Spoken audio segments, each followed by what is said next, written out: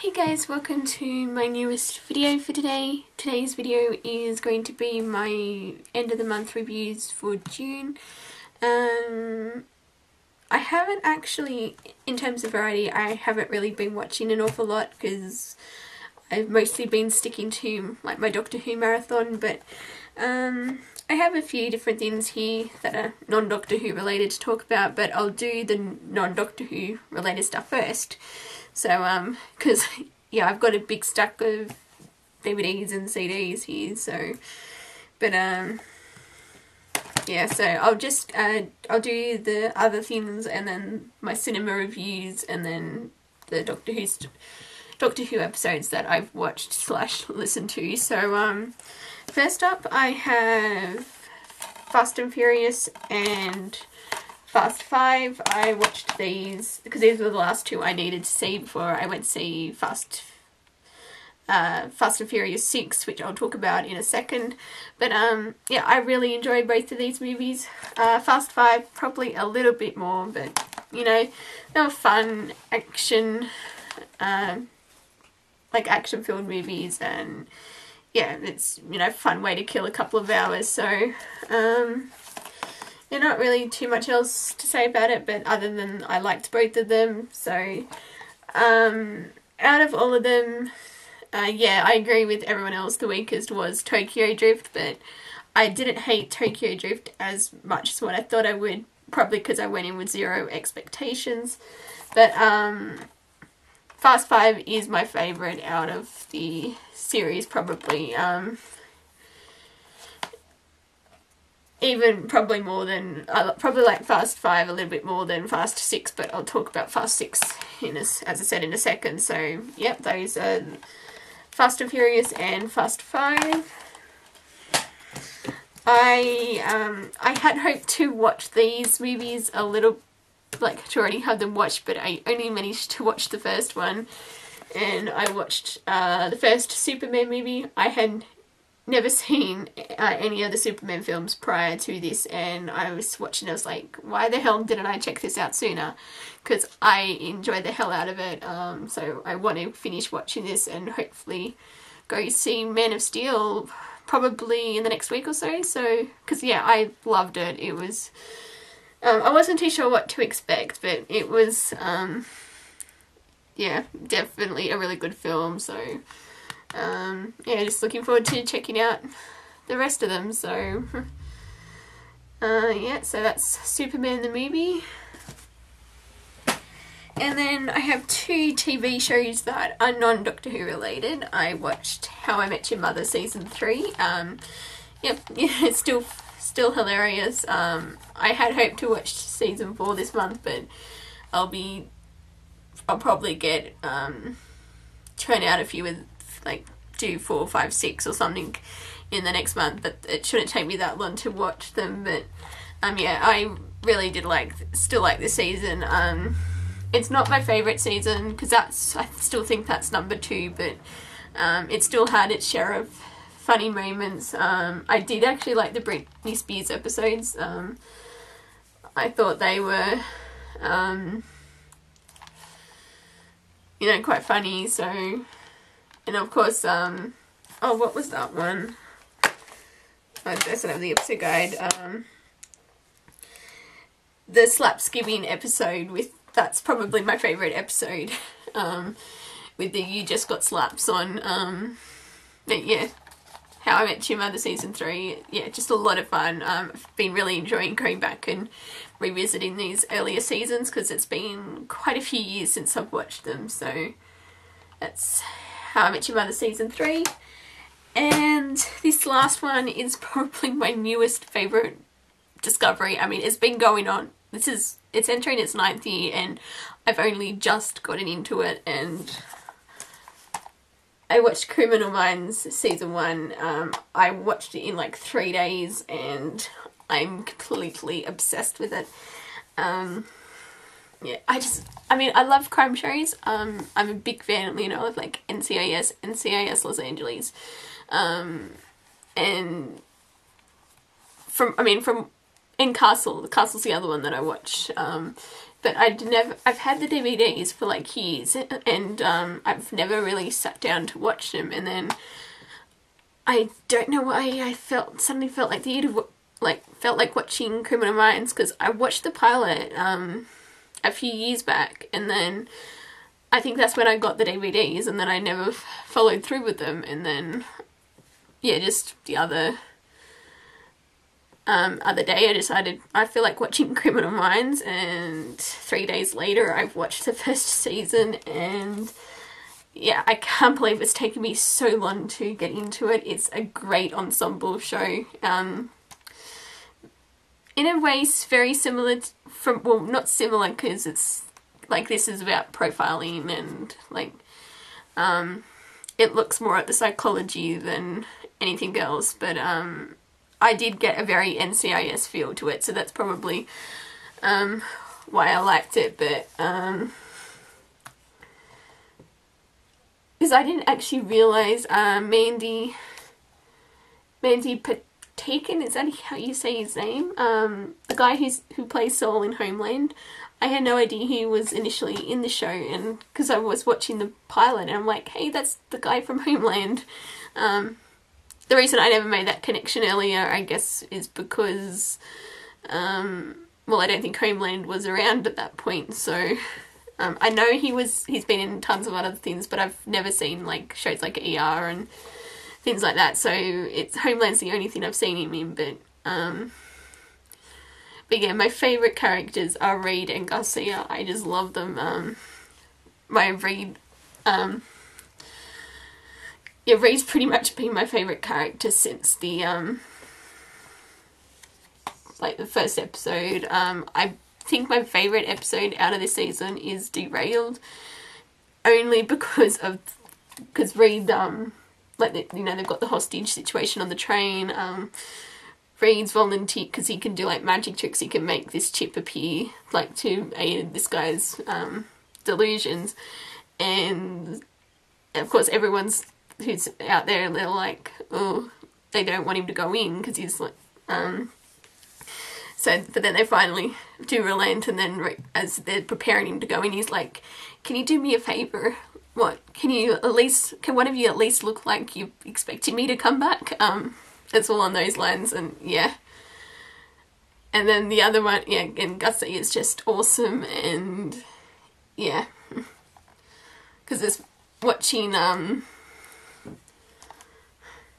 because especially in the season finale, which is probably another one of my favourite episodes, and she gets a virus gets into the computers, and she's basically having a meltdown, and she's basically cursing the guy who did it, and then she's going to find him and kill him. And yeah, I thought that was hilarious.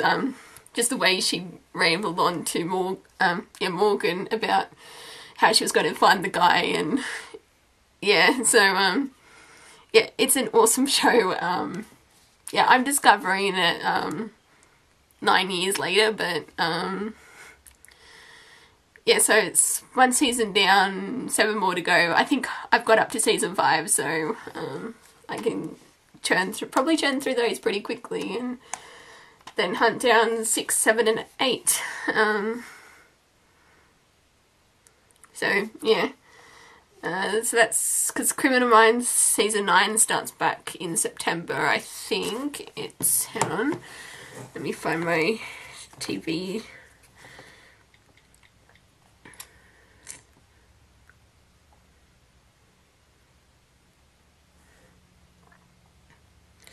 September 25, Criminal Minds comes back, so yeah, I'm hoping to have it all watched by then, so that I can watch season 9 as it airs. So yeah, so Criminal Minds season 1. There you go. Stop. And then for the few films that I saw at the movies, obviously Fast and Furious 6, I thought it was a lot of fun. As I said, I still prefer Fast 5, but I thought this was a really fun movie as well, and I am looking forward to the 7th one, especially the reveal at the end, who I'm really because I actually liked how it sort of tied in with Tokyo Drift. It sort of has a few explanations, and that's sort of what I liked about it. And then right at the end, I won't spoil it or anything, but yeah, I did like it. So, you know, fun popcorn movie. So yeah, that's Fast and Furious 6. Then I saw Monsters University. Monsters University. It was a fun, another fun movie. Not as good as Monsters Inc., but I still gave it like an 8.5 out of 10.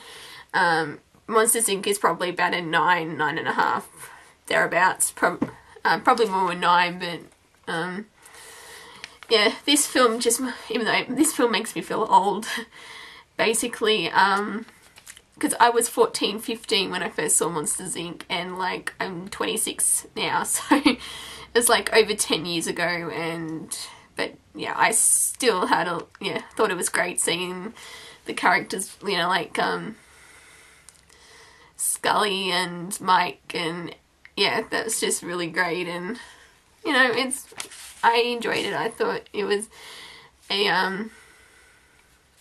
yeah, I don't know, I liked it, so, but that's Monsters University. I don't know why they've put it 2 there, because it's Monsters University is the title of the thing. It's not a second one. The first one wasn't Monsters University, it was Monsters Inc. So, but anyway, yeah, I saw Monsters University, and then I saw World War Z, because I got the tickets for Monsters University and World War Z, and the guy who sent me was basically like, you're going from a kids movie to a not so, like, just how the 2 different movies I was seeing, but I really liked World War Z. I thought it was a good zombie film. I haven't read the book, so I can't compare it. I will probably check out the book at some point, but because I've heard it's actually, some parts are quite different, but you know, I liked the movie. It was very tense. There were quite a few horrific scenes, like the scene on the plane, that kind of freaked me out a bit, and you know, there were some gruesome parts, and I mean, I've sort of got a bit I'm not as affected by gore as what I used to be, but yeah, there were still some tense moments, because I think it's more the build up to something, like, you know it's going to happen and you're just waiting for it to happen, and then you don't know when to, because your heart's racing, you're like, is it going to happen here, is it going to happen here, but, because yeah, there are a few of those scenes, so. But, you know, I liked the movie. I thought it was well acted. I thought Brad Pitt was particularly good in it. So, yeah. So, World War Z. Yeah, really good movie. And now on to the Doctor Who the Doctor Who that I've watched. So, Planet of Giants.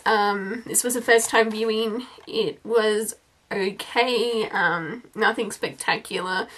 I'm just glad that they kept it at 3 episodes, because yeah, I don't think it could have, I don't know, it was, yeah, it's just average really, like, yeah, there's, like, you know, a couple of, I don't know, because the guy on the phone, he was trying to pretend to be all these different people, and he never even changed his voice. I'm like, seriously? So, yeah, I was glad that the person on the other end figured out it was the same guy, so, but, yeah. I remember Barbara being quite good in this one, though, because it was a few weeks ago that I watched this, but, yeah, it's average, like, not a favourite or anything, but that's Planet of Giants. Dalek Invasion of Earth, we have the first companion departure, which, you know, is quite sad,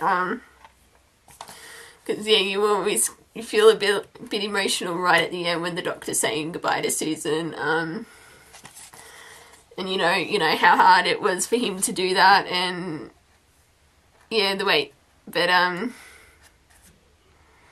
but she does get, you know, she does get a nice send-off. Like, I know her character was sort of underused throughout the whole time she was on, but she at least got, you know, a fitting goodbye, because, you know, some characters didn't even do that, and well, actually I'm not even up to that one yet, so, but yeah, you know, it's a great Dalek story, quite creepy, with, you know, the Dalek coming out of the Thames, but, you know, you also get Barbara running over a Dalek with a truck, so, and I do love how Barbara uses history to try and confuse the Daleks, so, yeah, she's, again, another good one for her in this one, so, but yeah, Dalek Invasion of Earth is, yeah, one of the better William Hartnell stories, so,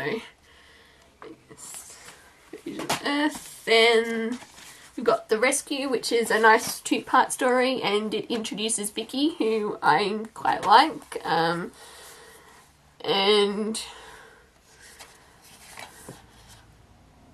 yeah, it's not really much else I can really say about this. It's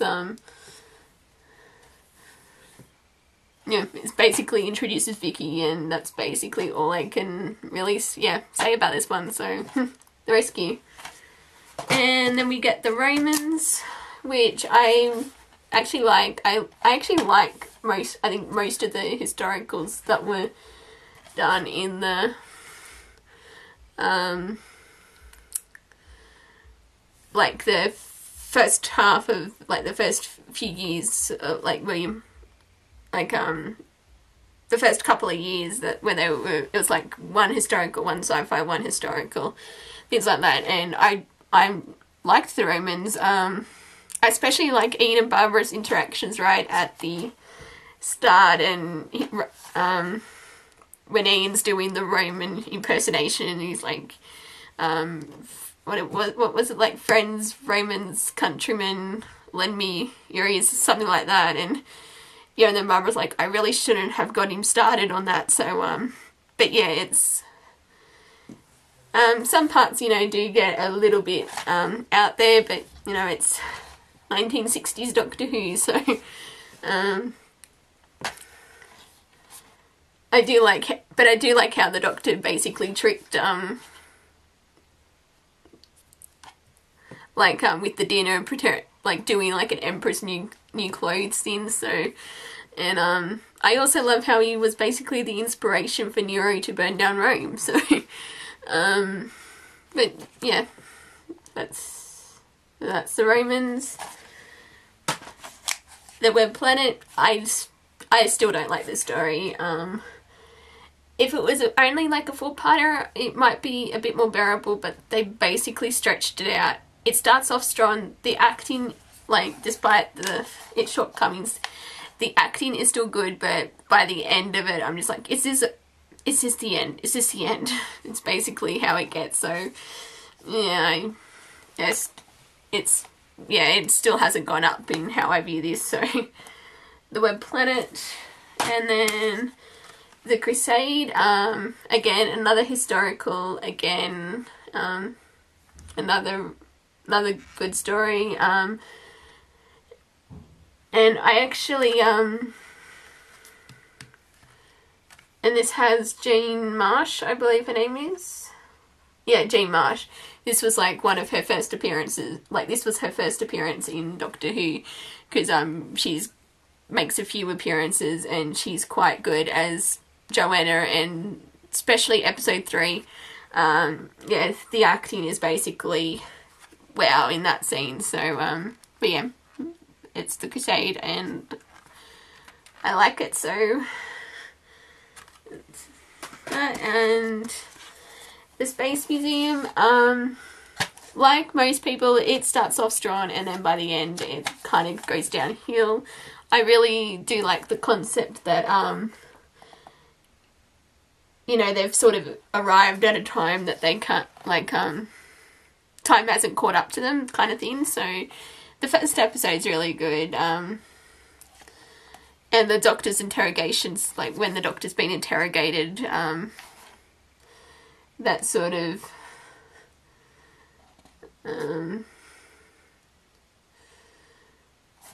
but yes, I mean, aside from the beginning, there's nothing really special about this one, so, and we have The Chase, it's, I don't know how to describe this one, because I know a lot of people don't like this one. I mean, basically, Ian and Barbara's send-off is probably the highlight of this story. It's quite sad to see them go, even though you know it's coming, but still when they realise they've got the chance to leave, and then, yeah, you know, the Doctor doesn't, obviously is quite affected by them, like, deciding to go home, and I like their little montage at the end. I thought that was, you know, yeah, it's sad to see them go in this, but I do actually like some aspects of like the Daleks chasing them through time and space, and yeah, it's not a great story, but Ian and Barbara's departure is what makes it. So yeah, that's the chase. The Time Meddler, one of my favourite stories. It's just great. I love the meddling monk. He's first time we meet someone from the Doctor's homeworld, which still at this point has not been named. It has one of the greatest cliffhangers in the show's like entire run. I think it's like, you know, when Vicky and Stephen enter, and Vicky's like, the TARDIS, the monk has got a TARDIS, like. So, but yeah, I mean, you know, but this, you know, this story, you know, it has a lot of a mix of everything. It's, you know, some parts are quite dark. There's some humour, and yeah, it's one of my, yeah, as I said, one of my favourite stories, and yeah, so that's The Time Meddler. And then Galaxy 4, and I also watched the 1 hour reconstruction with the newly found missing episode. When I first listened to this a couple of years ago, I wasn't that impressed by it, but now that I've re-listened to it and I've seen the missing episode, I think it has gone up slightly.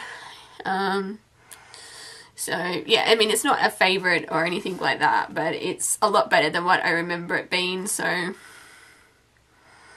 but yeah. And because I do like Stephen's interactions with Maga, I think that was the one's name. So but yeah, Galaxy 4, nothing too special or anything like that. So then the Mythmakers, which is Vicky's departure, and she got, you know, again a nice send off, and the Trojan, you know, it's quite an interesting story with, you know, the Trojans, and it's basically, you know, the Doctor who invents the Trojan horse, and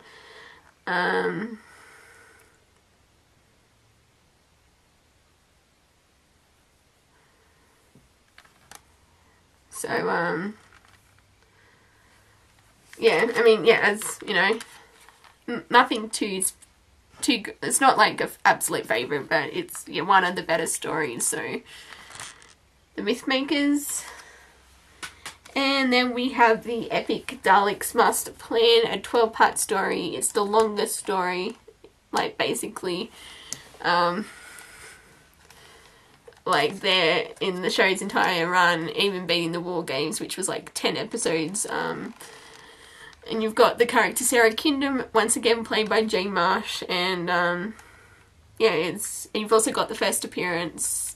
Oh, actually, this one has quite a few appearance first. Like, you've got the first companion death. You've got the first appearance by Nicholas Courtney, who was not, he wasn't like the Brigadier, but he played another character, because he played Sarah Kingdom's brother in this. So yeah, it's just epic. And, you know, you've got you got the Feast of Steamer, which is one of the most randomest episodes, but it's so fun. It's funny. It's like and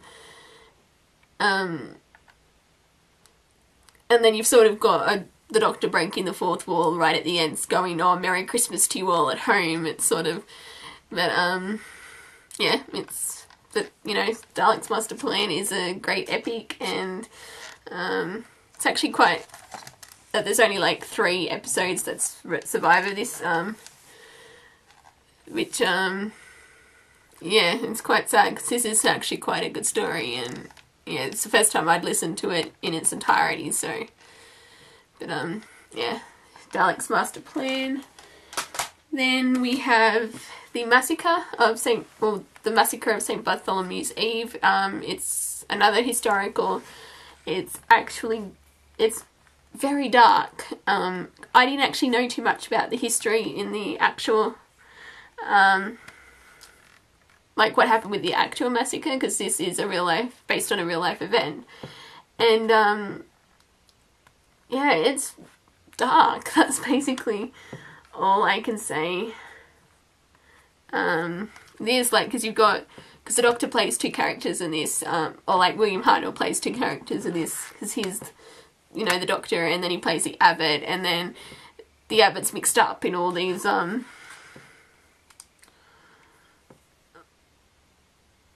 like, plots, and, like, and the ending is quite haunting, like, when he goes, the streets of Paris will be, dripped with blood. It's, yeah,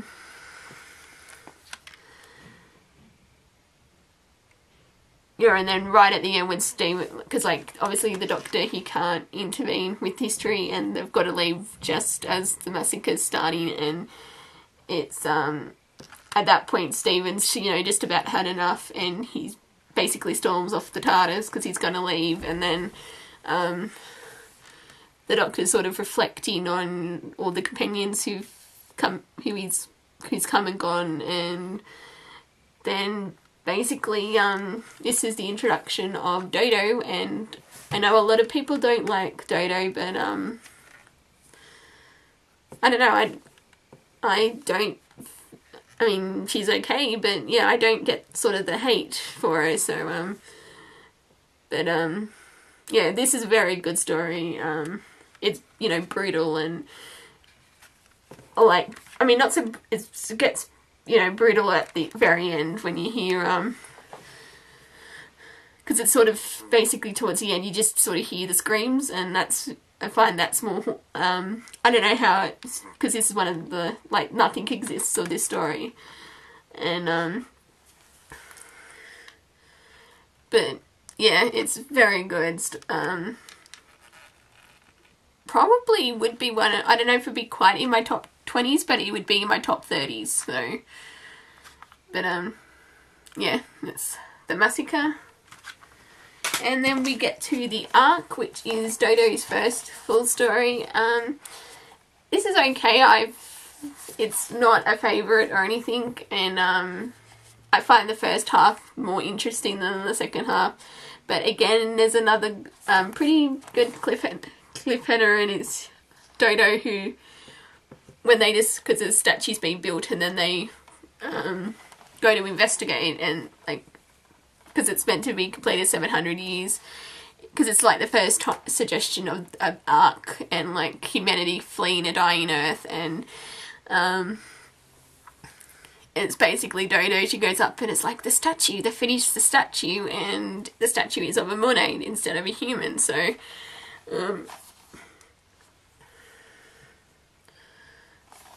yeah, it's okay, but yeah, not a favourite or anything.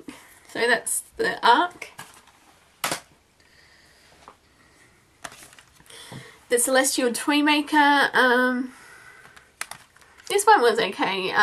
Again, nothing, I didn't find it, I didn't love it, I didn't hate it, but, I mean, the Celestial Toymaker himself is a great villain.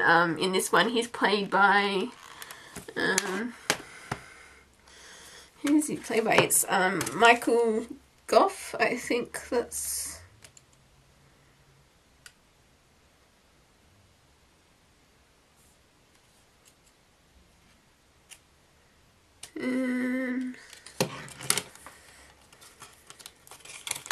let me see. Yeah, Michael Gough.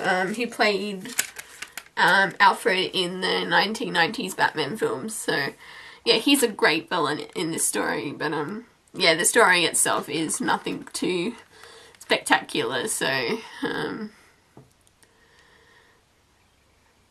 but, yeah.